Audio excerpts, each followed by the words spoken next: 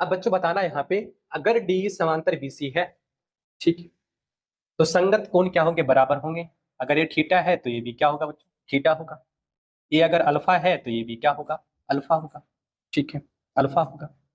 और angle A देखना बच्चों क्या है, दोनों त्रिभुज में देखो ए डी ई और ए बी सी में क्या बताओ, उभयनिष्ठ है, कॉमन है। तो हम क्या कर सकते हैं बच्चों, यहाँ पे बताओ, हम यहाँ पे क्या कर सकते हैं कि त्रिभुज ए डी ई और त्रिभुज ए बी सी समरूप है। क्या बताओ, समरूप है।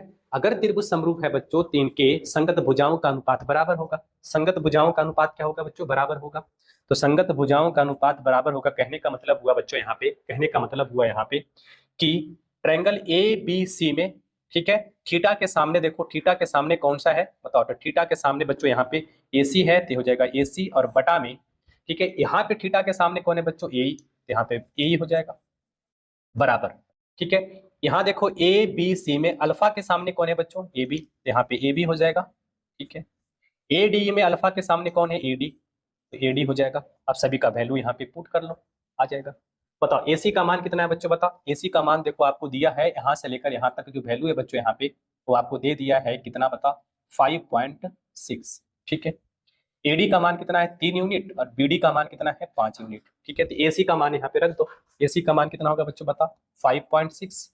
एई का मान हमसे पूछा है, तो नहीं मालूम है तो मान लेते हैं इसको एक्स, तो यहाँ पे एक्स रख दो बराबर।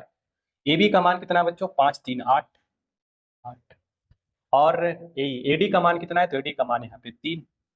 ठीक है, क्या करेंगे बच्चों बताओ यहाँ पे, तो कितना हो जाएगा बताओ, एडी का मान यहाँ पे कितना है, 3 है। एडी का मान 3 है। अब यहाँ पे देखना बच्चों क्या हो जाएगा, यहाँ पे हो जाएगा ये 8 सत्ते 56, 0.7 बार में जाएगा।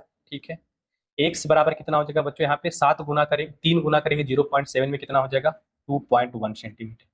कितना हो जाएगा बताना, 2.1 सेंटीमीटर।